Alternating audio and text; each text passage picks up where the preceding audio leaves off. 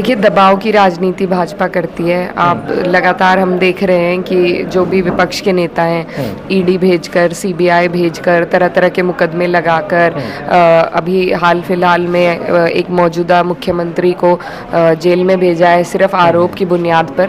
तो ये इनकी तानाशाही है और जिस तरीके से ये दबाव बनाते हैं, तो मुझे लगता है कहीं ना कहीं इसके पीछे भी कोई ना कोई दबाव की बात रही होगी, क्योंकि सम्मानजनक गठबंधन ये नज़र नहीं आ रहा है। नहीं, देखिए, मीर भोज जो थे वो हम सबके पूर्वज हैं और हम हमारे देश के महापुरुष हैं। तो जाति के नाम पर इस तरह की लड़ाई लड़ना और उसे बढ़ावा देना जो भाजपा ने किया है, भाजपा के नेताओं ने किया है, वो मेरी नज़र में बहुत गलत है। क्योंकि इस तरीके से हम बंटवारा नहीं कर सकते। आप किन किन चीज़ों का बंटवारा करोगे? बहुत प्यार और समर्थन सबका मिल रहा है, लेकिन एक बाप की कमी कोई पूरी नहीं कर सकता।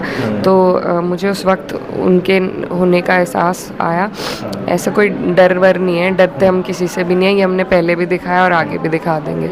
आज सैनी समाज में मुझे अपनी बेटी माना है, तो ये अपने आप में सारे बीजेपी के फॉर्मूले को फेल कर देता है। तो इस बार कैराना क्षेत्र बीजेपी की भेदभाव वाली और बंटवारे वाली राजनीति को फेल करके भाईचारे को कायम करेगा और बदलाव लाएगा। कैराना के सियासी अखाड़े में तमाम प्रत्याशी अपनी जीत को लेकर तमाम दावे कर रहे हैं, लेकिन ये तो जनता ही तय करेगी आखिरकार दिल्ली की संसद का रास्ता कौन तय करेगा। कैराना लोकसभा के अंदर मौजूद है और खुद ही करासन में इसका बातचीत करने के लिए मौजूद है।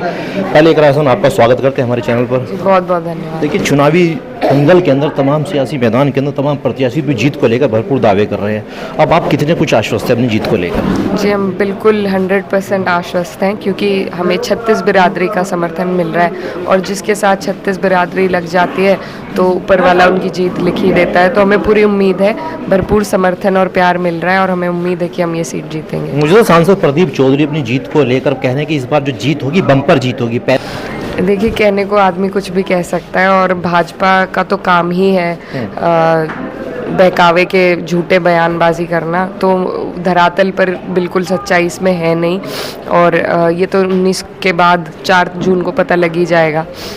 2018 में आपने देखा होगा आपकी माता जी जिस प्रकार आरएलडी के निशान से सिंबल पर चुनाव लड़ी और आप देखते होंगे आरएलडी का गठबंधन एनडीए से हो चुका है। तो कहीं ना कहीं आपको नहीं लगता कि इस बार जो एनडीए भरपूर मजबूत हो चुकी है पश्चिम के अंदर? नहीं, बिल्कुल। देखिए, बीजेपी ने दावा तो ये ही खेला था कि वो हमें बिल्कुल ख़त्म कर दे, मतलब चुनाव में से। लेकिन उस तरीके का जो जिस तरीके से बीजेपी चाह रही थी उस तरीके से बदलाव हुआ नहीं है, क्योंकि ये विचारधाराओं की लड़ाई है, इतनी जल्दी समाप्त नहीं होती।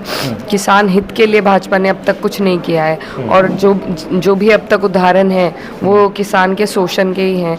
तो उसके बदले में अभी तक किसानों के मन में जो भावना है वो विपरीत ही है और उसके इसलिए वो आज भी हमारे साथ खड़े हैं। तो इन्होंने दांव तो अच्छा खेला था, लेकिन दल मिले हैं, दिल अभी तक नहीं मिले हैं लोगों के। दल मिले हैं, दिल नहीं मिले हैं। अभी आपने जयंत चौधरी को लेकर बयान दिया, कुछ मजबूरी रही होगी, वजह रही होगी जो उनको एनडीए में शामिल होना पड़ा।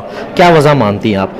देखिए, दबाव की राजनीति भाजपा करती है। आप लगातार हम देख रहे हैं कि जो भी विपक्ष के नेता हैं, ईडी भेजकर, सीबीआई भेजकर, तरह तरह के मुकदमे लगाकर, अभी हाल फिलहाल में एक मौजूदा मुख्यमंत्री को जेल में भेजा है सिर्फ आरोप की बुनियाद पर।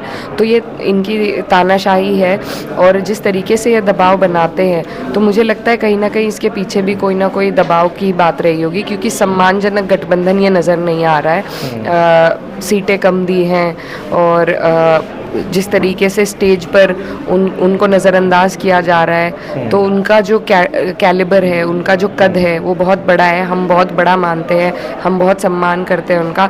तो उनके कद के हिसाब से उन्हें सम्मान भाजपा में नहीं मिल रहा है। तो इस वजह से हमें लगता है कि कुछ ना कुछ दबाव ही रहा होगा। अभी नौनौता के अंदर एक क्षत्रिय महाकुंभ हुआ जिसमें आपने देखा हो तमाम क्षत्रिय समाज जो है बीजेपी के खिलाफ चला और साफ तौर से ऐलान कर दिया कि इस बार बीजेपी को हराना है और बीजेपी का जो हराने वाला कैंडिडेट होगा भरपूर तरीके से उसका समर्थन किया जाएगा। क्या कुछ कहेंगे?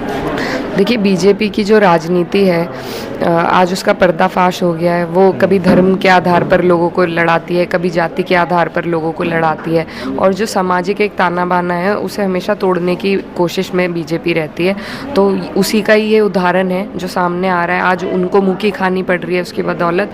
तो बहुत अच्छा है कि हमारे क्षत्रिय समाज ने ये फैसला लिया है और उनको मैं सलाम करती हूँ कि उन्होंने अपनी लड़ाई को इस तरीके से बिना किसी दबाव के आकर मुखर रूप से उन्होंने अपनी बात रखी है, तो उनको इस बात के लिए बधाई।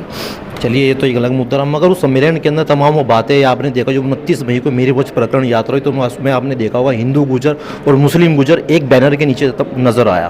तो क्या वो लगता है वो नाराज़गी दूर हो जाएगी, या फिर वही हिंदू गुजर या मुस्लिम गुजर या मीर भोज प्रकरण दोबारा फिर निकलेगा? नहीं, देखिए, मीर भोज जो थे वो हम सबके पूर्वज हैं और हम हमारे देश के महापुरुष हैं। तो जाति के नाम पर इस तरह की लड़ाई लड़ना और उसे बढ़ावा देना जो भाजपा ने किया है, भाजपा के नेताओं ने किया है, वो मेरी नज़र में बहुत गलत है। क्योंकि इस तरीके से हम बंटवारा नहीं कर सकते। आप किन किन चीज़ों का बंटवारा करोगे? तो सभी हमारे महापुरुष हैं, बलिदान दिए हैं इन्होंने हमारे देश के इतिहास के लिए, तो ये सभी के हैं। इनका बंटवारा और इनके बंटवारे की बातें करना एक सामाजिक लेवल पर उचित नहीं है। तो मैं इस बारे में बस यही कहना चाहती हूँ। कुछ दिन पहले आपका एक वीडियो देखा, इकरा हसन जब मंच पर भाषण दे रही तो भावुक हो चुकी थी, क्या वजह थी? कुछ हार का डर था या फिर अन्य वजह मानती हैं? नहीं, देखिए, एक भावुक पल था क्योंकि मेरा पहला चुनाव है और मेरे पिताजी की ही विचारधारा को, उनके विरासत को मुझे आगे ले जाना है, तो उनकी कमी का मुझे एहसास हुआ। क्योंकि बहुत प्यार और समर्थन सबका मिल रहा है, लेकिन एक बाप की कमी कोई पूरी नहीं कर सकता। तो मुझे उस वक्त उनके होने का एहसास आया। ऐसा कोई डर वर नहीं है, डरते हम किसी से भी नहीं है, ये हमने पहले भी दिखाया और आगे भी दिखा देंगे। हमें तो बहुत दबाने की, डराने की कोशिश लगातार जारी रहती है, तो डरते तो हम किसी से नहीं है सिवाय ऊपर वाले के।